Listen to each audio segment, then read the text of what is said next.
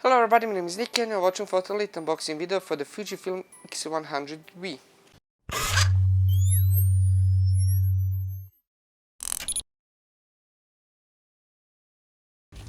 When we open the box, here we have instruction manual, warranty card.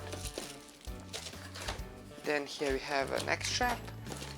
This is for attaching the neck strap. Then here we have the USB cable. Then here is the battery. And I think that's it, yes. And then here we have the camera itself, actual body itself. It's Fuji X100V. When it comes to this, this is kind of a mixture of point and shoot and mirrorless camera, because it's a bit more simplified mirrorless camera. You have a 23mm not sensor, sorry, 23mm lens. It's equivalent to 35mm. The aperture goes from 2 to 16. You select it with this wheel here. When it comes to this thing, it has the maximum ISO of 12,800 and the minimum of 160. Obviously it can go from 80 to 51,200 when extended.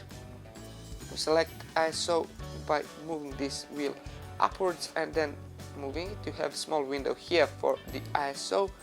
For the exposure, you just move the wheel down and then move the whole wheel. On, off, and release button. Here you have exposure compensation.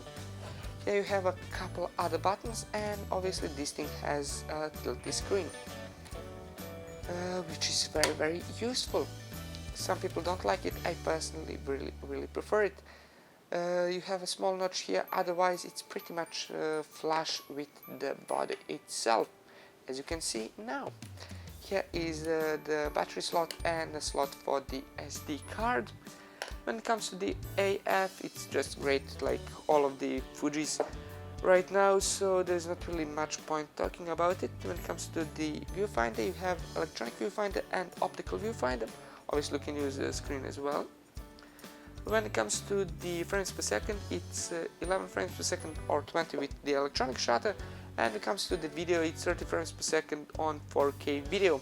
But this thing does not have IS at all, image stabilization in any shape or form, so it's really, it's not really that useful for video without a gimbal. But with a gimbal or on a tripod, it's a good camera for a backup, or maybe for shooting on a street where you do need that kind of wider lens. Then it's pretty decent actually. So yeah, all in all, a very interesting camera. For street photography, absolutely great. For video, kinda depending on what you're shooting, maybe pretty good, maybe useless.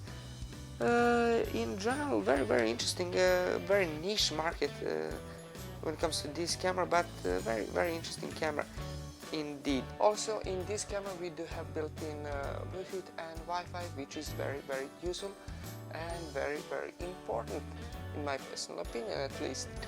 So yeah, if you enjoyed this video, leave a like, comment and subscribe. Until next time, goodbye.